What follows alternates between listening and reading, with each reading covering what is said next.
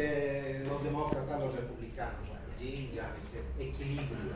Si se rompe este equilibrio, pues pecamos. Fisiopatológicamente. Desequilibrio de factores angiogénicos. Activación del sistema inmune. El sistema inmune, pues hasta acá. ¿Entiendes que la placenta no se implantó bien? Hay un daño del endotelio y hay un desequilibrio entre angiogénico y antiangiogénico.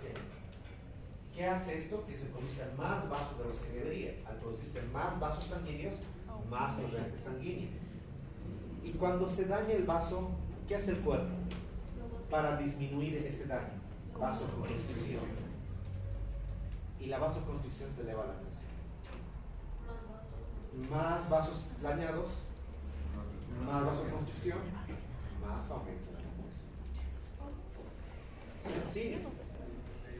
El sistema inmune reacciona y dice, no, muchos vasos tienen esta placenta y debemos atacar. El sistema inmune empieza a producir toda la reacción inflamatoria. Al inicio es protector, pero después se vuelve todo esto se vuelve mecanismos proinflamatorios, es decir, que van a producir una inflamación de la placenta y a nivel general de la mamá, lo cual va a sostener la hipertensión del embarazo. Estrés oxidativo, esto ya es a nivel celular, especialmente a nivel mitocondrial. Te dice el daño de la mitocondria, como la mitocondria deja que ingrese el calcio. Al ingresar el calcio se activa 4 enzimas, la ATPasa que te destruye el ATP, la proteasa que te destruye las proteínas, la lipasa que reduce los lípidos de la membrana y la endonucleasa, el núcleo, haciendo apoptosis y necrosis de las células que están rodeando, o sea que todo se conecta. Y luego tenemos que ver con los radicales libres. ¿Qué manifestaciones clínicas tiene una paciente? Hipertensión, obvio. ¿Arriba de cuánto? 140. Eso. ¿Proteína arriba de cuánto? 300. En 24 horas. Igual los 300. En 24 horas. El edema ya no es criterio de diagnóstico, porque la embarazada está, así que no te guíes por el edema. Eso ya es un mito, un tabú. Cefalea persistente. Ah, ojo con la cefalea persistente. ¿Y dónde le duele? En la parte posterior. Frontal, occipital, parietal o temporal. Occipital. ¿Cómo qué? Como si comienza a empezar a que tienen fatiga, cansancio, algo pesado, lo sienten en la parte de la nuca. Bien. Alteraciones visuales. ¿Qué tipo de alteraciones visuales? Visión borrosa. Visión borrosa. En algunos casos, visión doble. Ahora, si la mujer usa lentes, su astigmatismo incluso se agudiza ese momento. Dolor en epigastrio o en el cuadrante superior derecho. Epigastrio, que la mujer conoce. Doctor, me duele la boca del estómago. Epigastrio.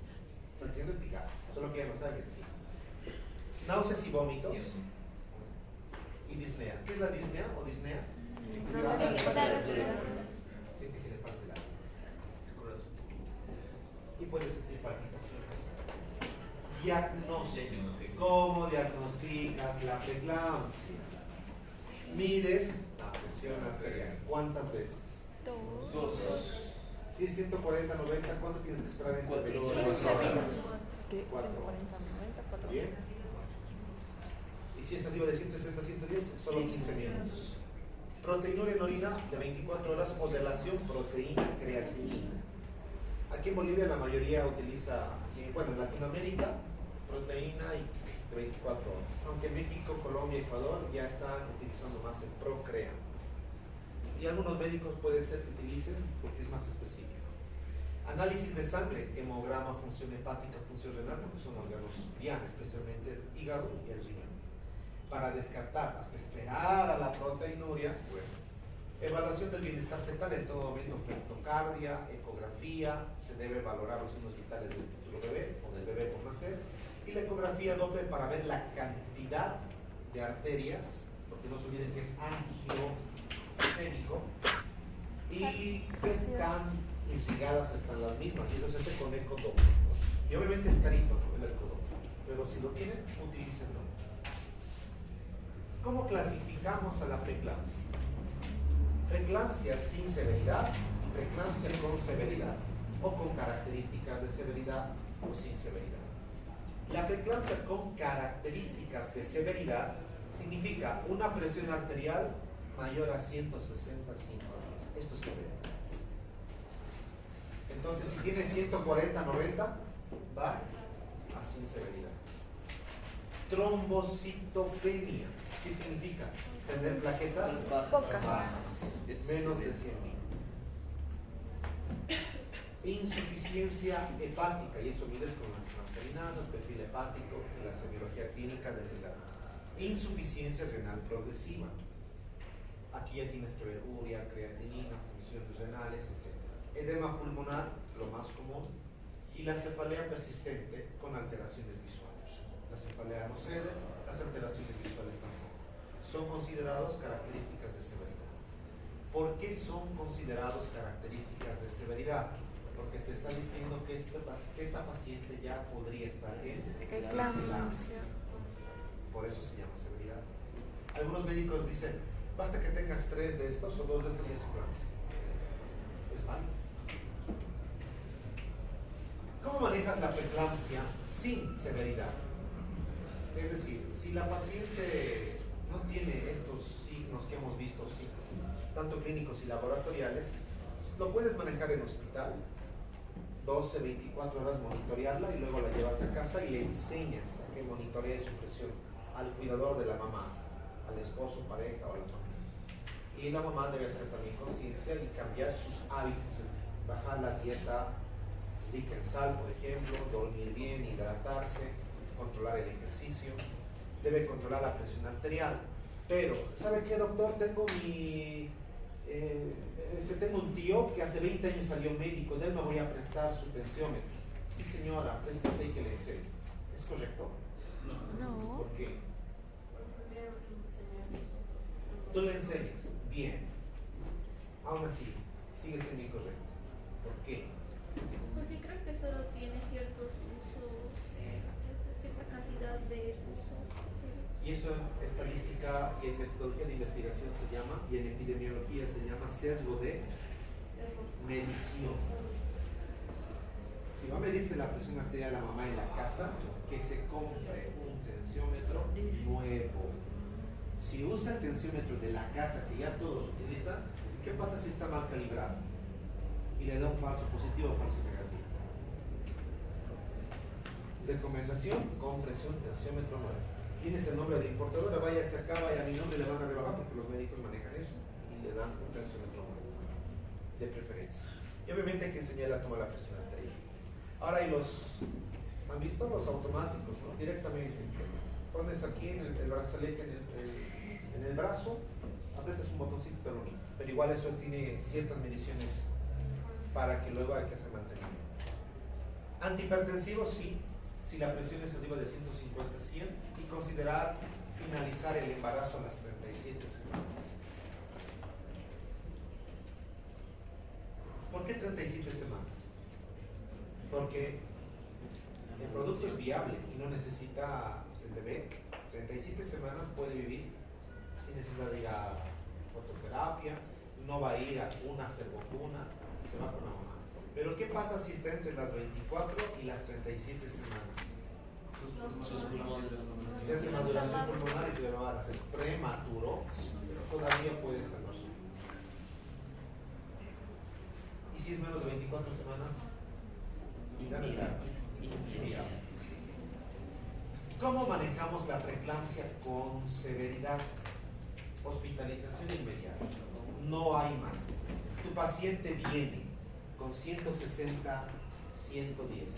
Esperas 15 minutos. Otra vez, 160/110.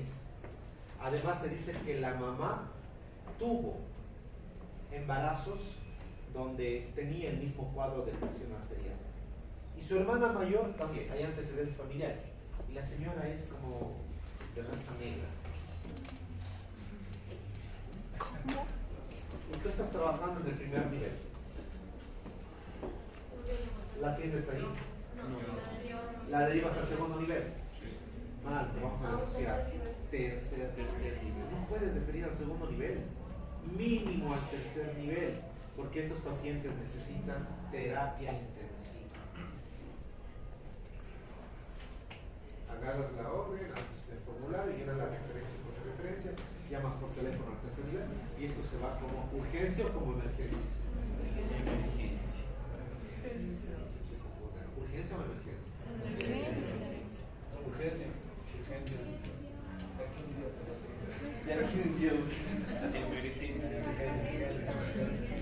Ha ido a urgencias nuestra paciente. ¿Dónde? Tercer nivel. Porque necesita terapia intensiva. Control estricto de la presión arterial. Si no lo llevas al tercer nivel y se muere en tu primer nivel, espero que tengas dinero para buenos abogados. Si es una señora que es TikToker, como a algunos les gusta grabar, todos sus seguidores van a querer saber dónde está. Funado. Y el poder de las redes sociales es terrible. ¿Qué pasa si uno fallece en el transcurso de ir al tercer? ¿Qué pasa si la señora fallece en el transcurso de la referencia? Si tú has hecho todo lo que tienes que hacer en primer nivel y hacerlo de manera inmediata, te cubre eso, todo en la historia clínica que tienes, por hora incluso. El paciente llega a las 10 de la mañana con tales signos, a las 10 y 3 estamos evitando su transferencia y su referencia. Pero si dices, no, 10 de la mañana llegó, ¿por qué a las 4 de la tarde la refirió? Es que tenía mucho paciente, es que no llegó mi enfermera, es que vino su reemplazo, ella recién está conociendo el manejo, es que... Por eso se sentiría. Chao. Por eso se sentiría. Sí, pero eso entraría en emergencias, ¿no? Obviamente. Emergencias tiene que decir esto. Control estricto de la presión arterial. Ahora, ¿cómo puedes prevenir la eclampsia? Y esto es clave, el sulfato de magnesio. Cuando una mujer ya está arriba de 160, 110, raza negra, antecedentes familiares, directamente le dan sulfato de magnesio para evitar que llegue al cuadro total de eclampsia. Por lo menos mantiene la presión y lo va bajando paulatinamente. Maduración pulmonar, si el bebé tiene menos de 34 semanas, 24 a 37 semanas principalmente. En 34 semanas ya iniciamos la maduración pulmonar con betametasona, que es un corticoide de acción prolongada, y se finaliza el embarazo según la edad gestacional. ¿Qué pasa si esta señora tiene un embarazo de 27 semanas? Y la mamá dice, no, quiero esperar a que tenga por lo menos 28 semanas.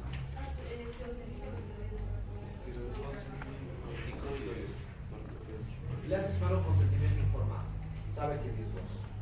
Quieres madurar el pulmoncito del bebé. Y toda esa semana la mantienes hospitalizada. Pero resulta que en el primer día de esa semana su presión está a 160, 110. El segundo día no baja, 160, 110. Ya tiene convulsiones, ya tiene alteraciones de la diana. Y en el tercer día sube 180, 120.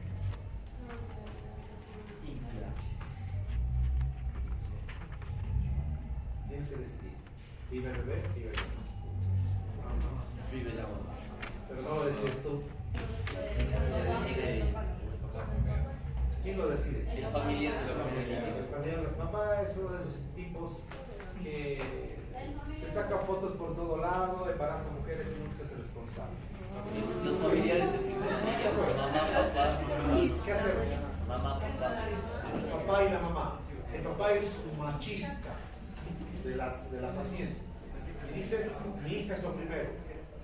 Se entera además que es varón, que lo tenga. Y la mamá dice, no, que se va a morir mi hija. Lucha entre padre y madre. ¿Qué haces? Hermano, Hija única. un bordado. Al alquiler, en caso de que estuviera inconsciente la madre. Que tiene mayores probabilidades de sufrir. También tenemos que ver si está casado. Comité dice. Creo que ese es un comité. Hay casos así que van a tener que tomar decisiones. Ay, no sé. Ahora, peor si papá y mamá están divorciados o separados. El papá dice que tenga, la mamá dice no, que no tenga. ¿Y qué hace? Y la paciente, que es la que puede decidir, entró en coma, pero intubada, no puede decidir.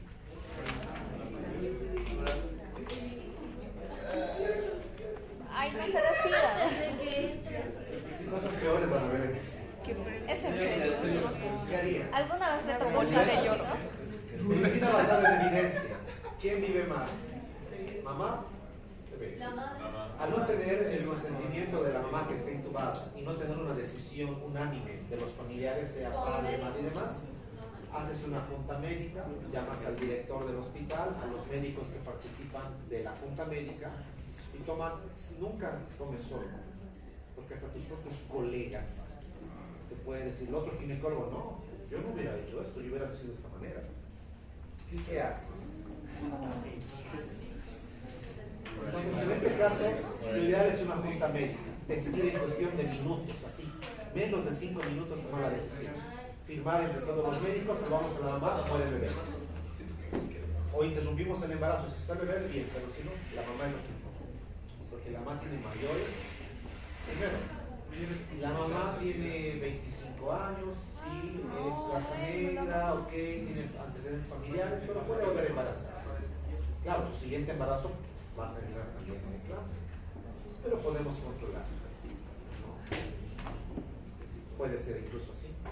Entonces tienen que tomar en cuenta eso, costo-beneficio. Generalmente se habla de la mamá, la decisión del acompañamiento. Pero decisión difícil. ¿Qué es la eclampsia? Ya es cuando hay convulsiones de tipo tónico-clónicas. En una paciente que tiene preeclampsia.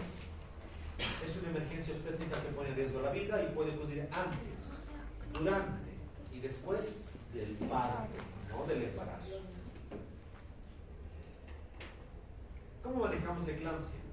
El ABC que han aprendido ustedes, prevención de traumatismos, sulfato de magnesio en dosis de carga y mantenimiento para mantener o que no progrese el cuadro de hipertensión, control de la hipertensión severa y finalizamos. La única manera de controlar la eclampsia es finalizando el embarazo. El sulfato puede ser, pero tienes que eliminar el embarazo y eso es interrumpiendo. Ahora si parto vaginal, en estos casos, para salvar la vida de la madre. Ahora, si los dos, el bebé tiene 30 semanas y puede vivir, interrumpe el embarazo, porque tienes que evitar las complicaciones maternas y fetales. Y aunque no crean, esta es la causa, está entre las primeras 3 causas de muerte de la mayoría de los países latinoamericanos. La hipertensión. Estamos hablando de una mujer que solo tiene raza negra y tiene antecedentes familiares. Si tú tienes una hermana, una pareja que es gordita, así de IMC de 30, tiene diabetes, no importa si es tipo 1 o tipo 2, o antecedentes de diabetes, tiene síndrome metabólico, o sus criterios de síndrome metabólico, cintura, la circunferencia de la cintura, arriba de cuánto, 80. 85, 90, ¿qué más? Resistencia a la insulina, ¿qué más? Hipertensión arterial, ya está acá, ¿qué más? Dislipidemia. Son 5. ¿Cuál es el otro?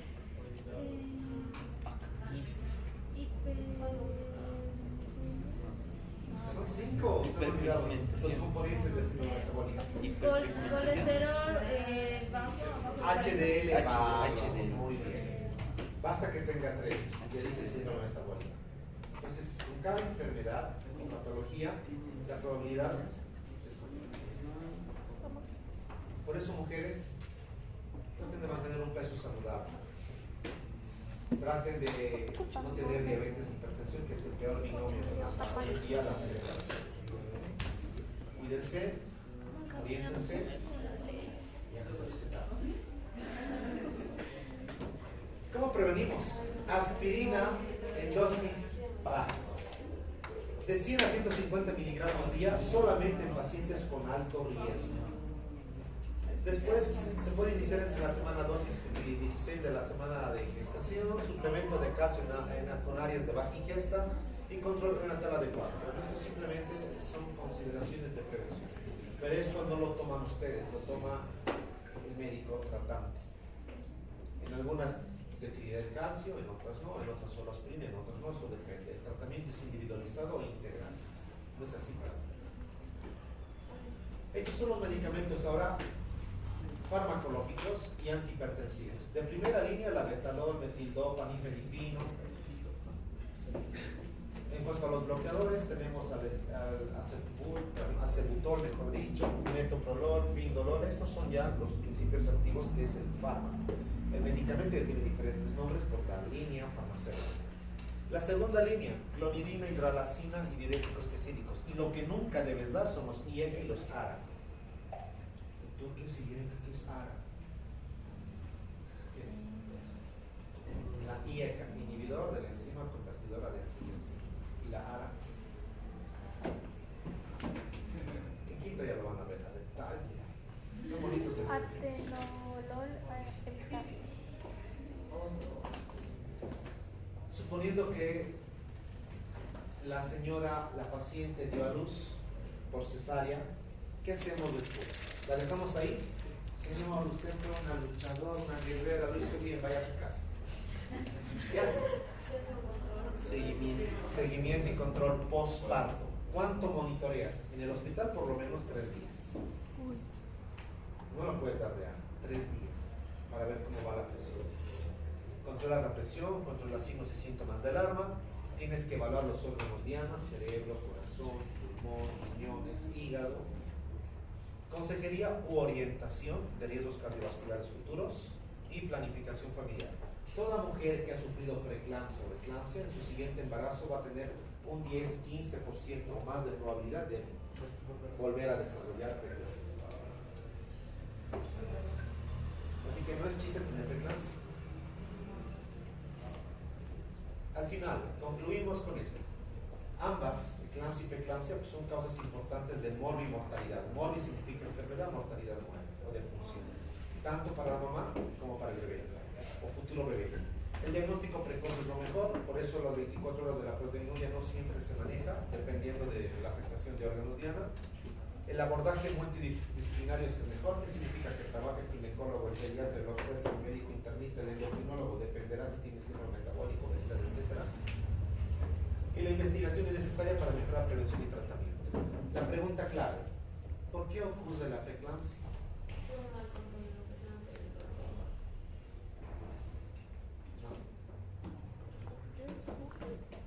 ¿Por qué ocurre la preeclampsia?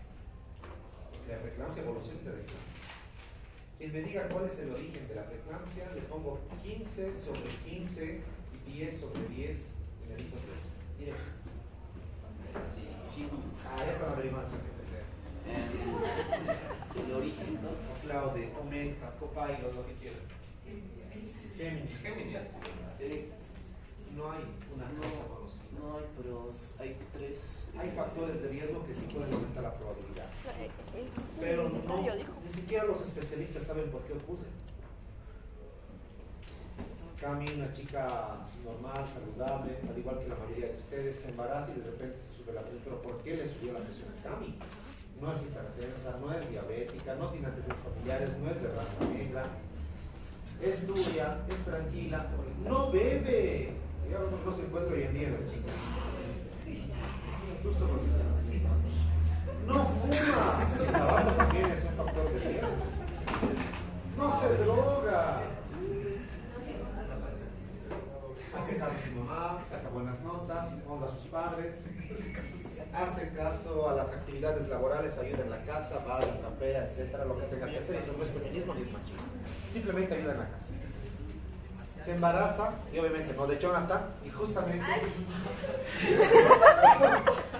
Ese es el No, pero era una teoría. No, es de Jonathan, no.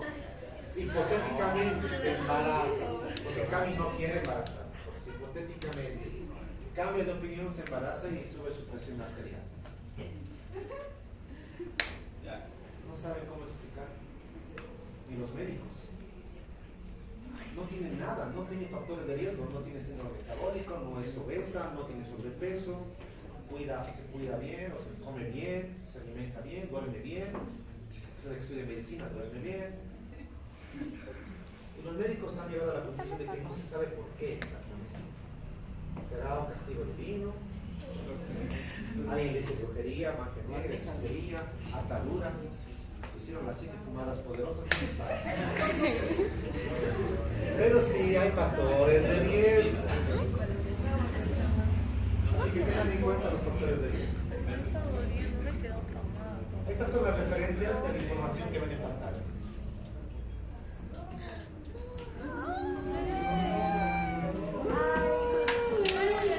Echemos el volado. Es que no veo qué dice. He visto la última diapo. Mi modo. Pregunta número 1. ¿Cuál de los siguientes no es un criterio diagnóstico? ¿Cuál de los siguientes no es un criterio diagnóstico de preeclampsia según las últimas líneas? Edema. Eso. Hipertensión de nueva aparición después de las lesiones, sí. Proteinuria, mayor o igual a 300. Disfunción de órganos diana, cerebro, corazón, pulmón, hígado, riñones, sí. La respuesta será que ahí está la explicación, lo pasamos. Segunda pregunta. Describa brevemente la fisiopatología de la preeclampsia. Daño, disfunción endotelial. ¿Quién? ¿Quién? Estaba en diapositiva número 3, creo, 4. ¿Ahorita? Salina. Dice que no quiere mirar, pero igual. ¿No? Nicolás, tampoco quiere mirar. Sí. Rápido, Maripé.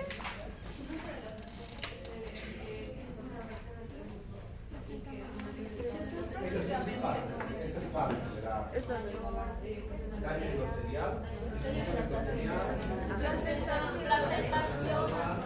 desequilibrio entre estos dos factores. ¿Era en la 4? Ahí estaba la explicación en pocas palabras. Ya les ¿Cuál es la terapia de primera línea para prevenir convulsiones? ¿Será? Sulfat, no la betalol, sulfat.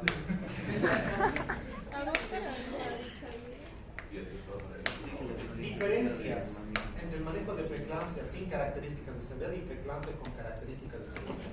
El cierto es en la presión arterial. La presión arterial 2 veces cada 4 horas. 140, 190. Ajá. Pero si está en 160, 110, 15 minutos. Sin severidad no se le puede mandar a su casa enseñándole por el contrario. ¿Qué más? ¿Ya vi? En la sin severidad se le enseña al paciente a controlarse la presión arterial. Así que al con severidad Manejo ambulatorio, se le enseña a controlar la presión arterial. ¿Qué más? En la con severidad tiene cefalia prolongada. Tratamiento inmediato, tercer nivel. Tercer nivel, sí. Después se interrumpe el embarazo. ¿Cesárea o parto vaginal? Cesárea. Bueno, está bien. Pero ahí está completo. Les voy a pasar a diapositivas. Ah. ¿Cuál de las siguientes afirmaciones sobre la ¿Cuál de las siguientes afirmaciones sobre la prevención de la preeclampsia es correcta? ¿Cuál de las siguientes afirmaciones sobre prevención de preeclampsia es correcta? La aspirina en dosis bajas se recomienda para todas las embarazadas. Falso. La suplementación con calcio solo es útil en áreas, disculpen. La C. Yo digo que es la C. A ver, pongan el siguiente. Sí, nos ha hablado de la aspirina. El de abajo no le puedes He visto embarazadas que levantan pesas y Pero ellas están bien, pues. pero sin Dice la paciente con eclampsia. No, solo es la suplementación con calcio solo es útil en áreas con la ingesta de calcio. La terapia preventiva con aspirina debe iniciarse en dosis. Sí. Y el ejercicio físico está recomendado para prevenir la preeclampsia. ¿Cuál es la respuesta? Sí. Bien. ¿Listo? Sí.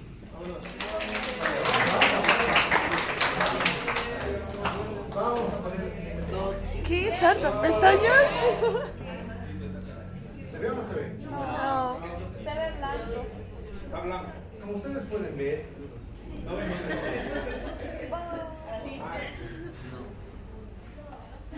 Se fuerte, nunca había visto tantas pestañas abiertas. Ahora, hasta las 10:45.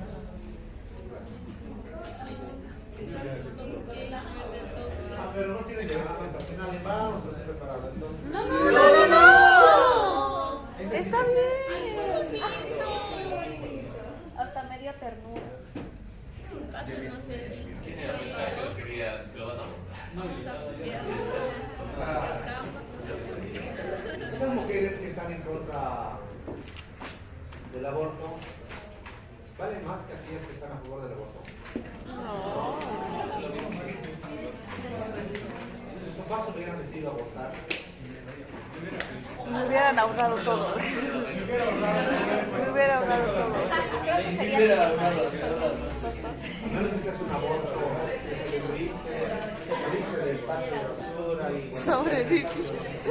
Mi hermano me dijo que me encontraron en un basurero de Potosí.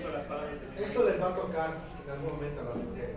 Así que independientemente de qué grupo tenga el caso, interesa a todos. Y los varones que hoy en día tienen que cuidar a sus parejas con qué razón. Y si no es su pareja, es que doctor, yo soy gay, bueno, saca hermano. Doctor, no tengo hermanas, a tu prima.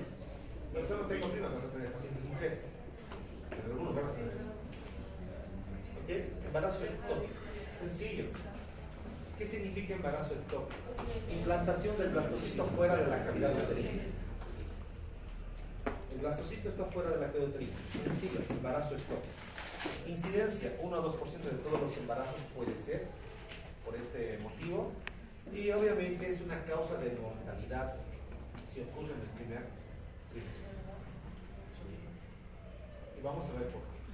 Es una causa de mortalidad de la mamá. Por la localización. A manera de los, por ejemplo, 95-96% los embarazos ectópicos ocurren a nivel tubárico, es decir, en la trompa. Y el 5-4%, menos del 10%, en otros sitios que no es la trompa. En los lugares de la trompa de falopio tenemos la ampolla, el istmo, las fimbrias, el intersticio, o cornual, que también le llaman el músculo. Pero este es el más común, la ampolla, 70%. Si tú tienes un embarazo ectópico, el médico sabe que debe buscar en la ampolla, sea en la trompa de falopio derecho o izquierdo, pero a nivel de la ampolla. Este es el más común, pero el más peligroso es este. ¿Por qué el intersticial? Eso es que es el más pequeño en porcentaje, porque está entre la unión del útero con la trompa y está tan irrigado que cuando crece, explota el saquito, la hemorragia es tan profusa, sangra tanto, que hay que hacer una cirugía de urgencia, entra cesárea y una histerectomía, o entra cirugía y una histerectomía, directamente. Sacamos útero, sacamos trompa. O se muere la mamá. ¿Han visto anatomía del aparato reproductor femenino? Anatomía 2. Súper irrigado este útero. Este es el peor, el más complicado. ¿Por qué la ampolla es el lugar preferido más que los otros? Por el EPI, enfermedad pélvica inflamatoria. Mujer promiscua, mujer con infecciones de transmisión sexual, mujer que ha tenido infecciones urinarias, a recurrencia. La mayoría de estos problemas ocurren con alteraciones de la ampolla. Entonces esto lleva a embarazos ectópicos.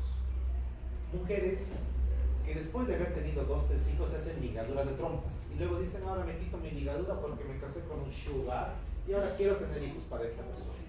La ligadura de trompas, que no es a este nivel, igual puede producirte embarazos ectópicos. Eso debe tener en cuenta. En algún porcentaje menor, los traumatismos directos de la ampolla. Traumatismo, bueno, que la mujer haya tenido un accidente en la zona pélvica con hemorragia, sangrado, trastornos, generalmente. Por eso la ampolla es la más predilecta y tiene 70% de embarazos ectópicos. Otros lugares de embarazo ectópico que no sea la trompa de falopio, falopio o eustaquio.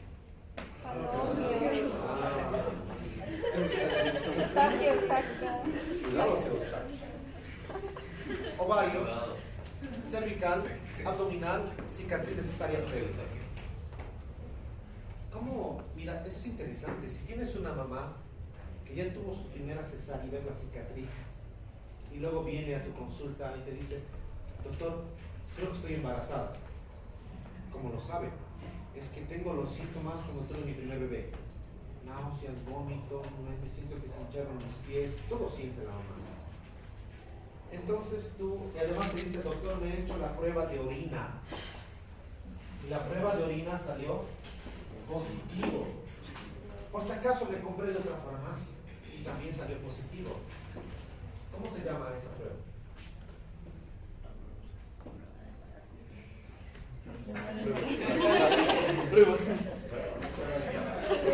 ¿El nombre comercial o...? Damas. Cualitativa.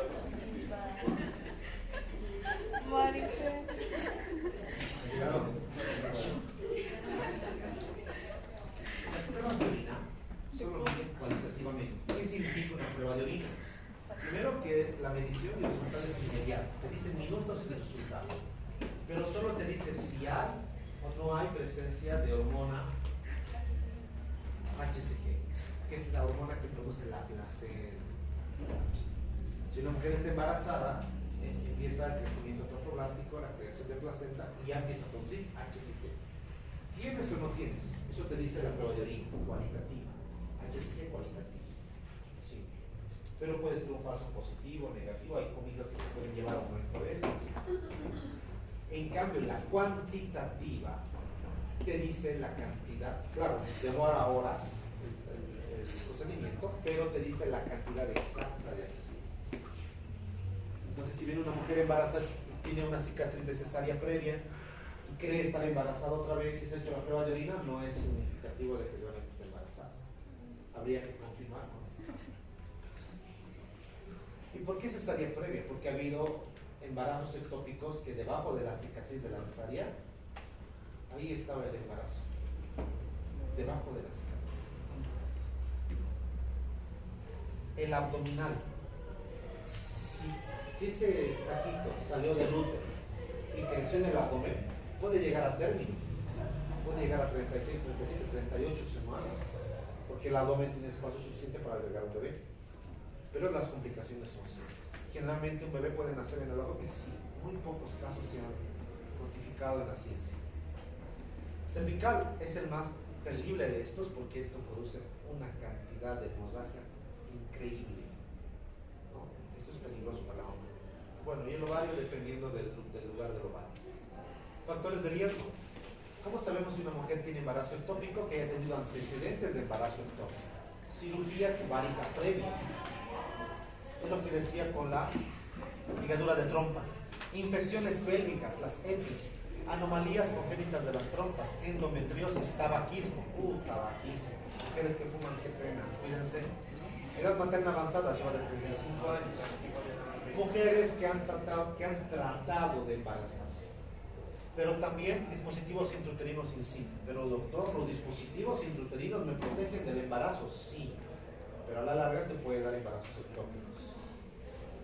También mujeres que las han violado, fueron al médico para abortar porque las han violado. Tener un hijo de una violación muchas veces no es aceptado. Va al médico, la familia la apoya, va al médico y el médico es jovencito como ustedes, inexperto todavía. Entonces, ¿qué hace? Y es verdad, todos son hijos inexpertos. Cuando sean profesionales van a tener un ridículo, 2 o 3 hojas. Eso va a ser su hoja de vida. No quiero nada. Oye, nuestro congreso. Nada, traes el congreso.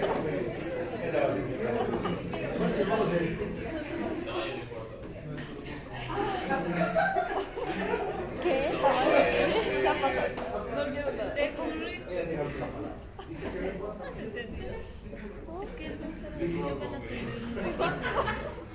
Los congresos. Pero, mire, un médico joven que recién está aprendiendo, pero ya tiene, digamos, la cierta experiencia de internado por hacer legrado. ¿Qué es el legrado? La mujer está y empiezan a sacar con pinzas todos los coágulos sanguíneos de la pared y del canal vaginal. Cuando el médico es inexperto y no tiene la técnica adecuada, puede producir traumas del canal vaginal. Y esos traumas pueden llevar a que el siguiente embarazo sea ectópico. Entonces, si quieren hacerse un legado después de un aborto, alguien que tenga experiencia, no cualquier lugar. Y si tú haces en un lugar clandestino, olvídate, peor de lo mismo. Situaciones que pasan en la vida real. Siguiente, fisiopatología, alteración del óvulo fecundado. En vez de estar intrauterino, se va a la trompa o se va fuera de la trompa, fuera del útero. Daño del epitelio tubárico, alteraciones hormonales. ¿Qué hormonas están alteradas para la fisiopatología? Son 3. Progesterona, estrógeno y... ¿cuál son?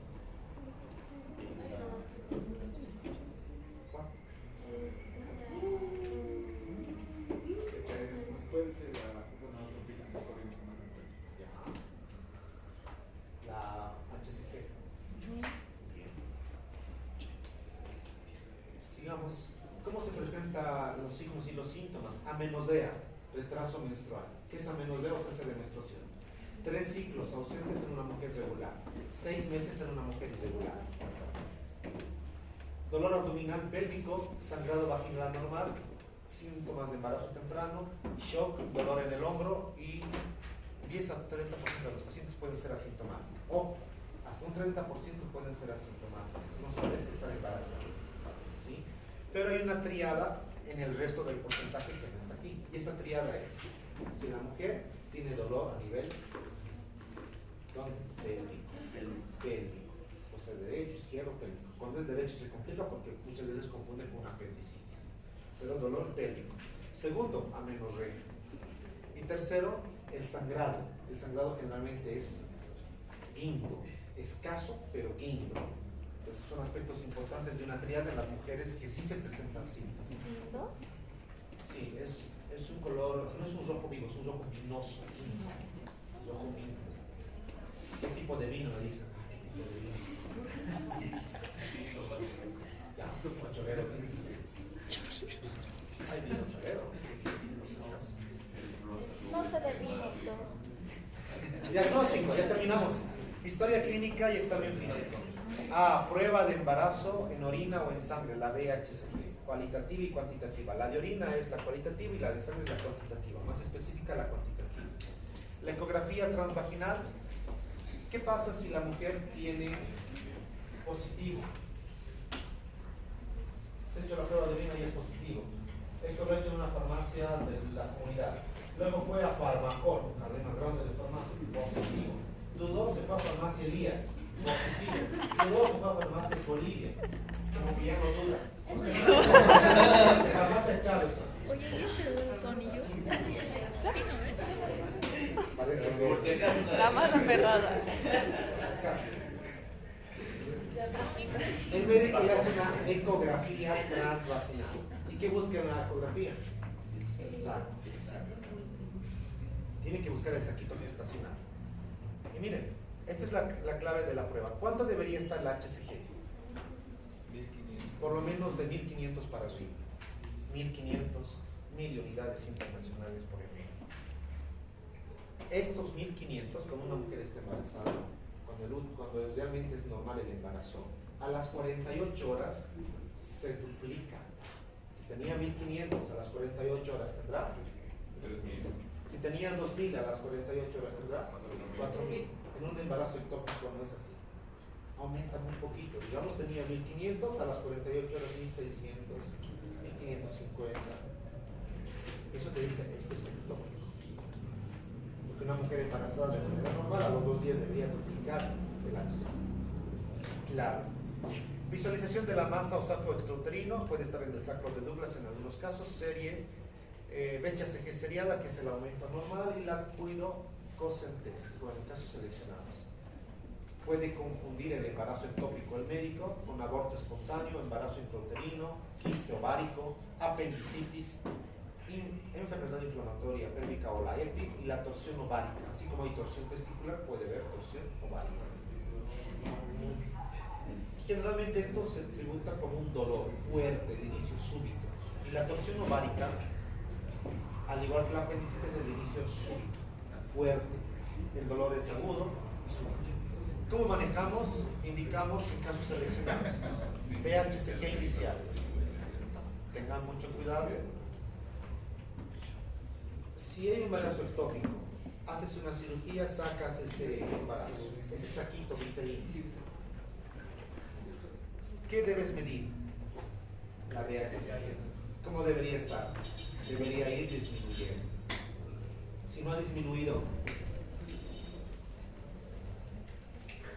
¿qué pasa si es un embarazo gemelar y ectópicos a la vez?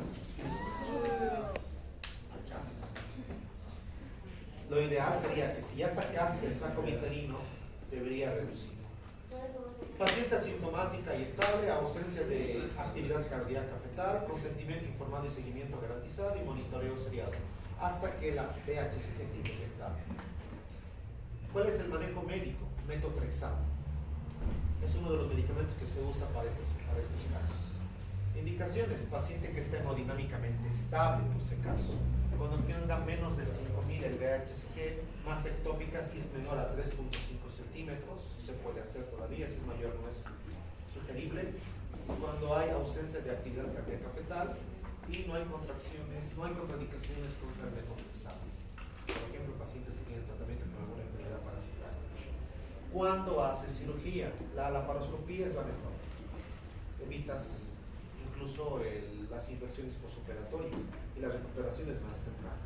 O puede ser la laparotomía, dependiendo si es abdominal. Indicaciones. Las indicaciones, y estos son los procedimientos que pueden realizar. Entonces, el tratamiento es médico y quirúrgico. Médico, solamente le das el metotrexato. Pero siempre y cuando cumpla con estos criterios. Si no cumple con estos criterios, tienes que hacerlo quirúrgico.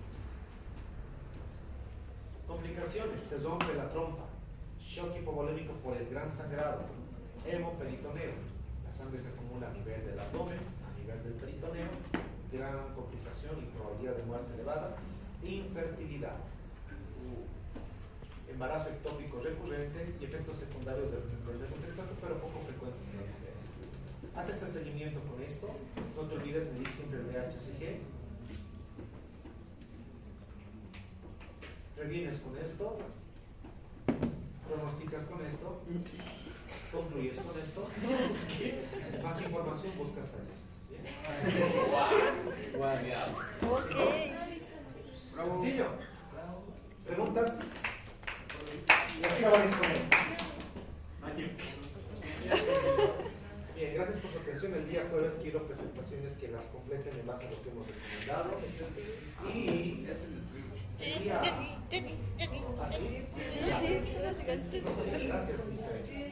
Las presentaciones que les he pedido, mejórenlas, cada uno con su tema, con su caso clínico asignado. Les voy a pasar las diapositivas, pero mejórenlas y me lo van a subir a la plataforma en la semana 8. Gracias. Adelante.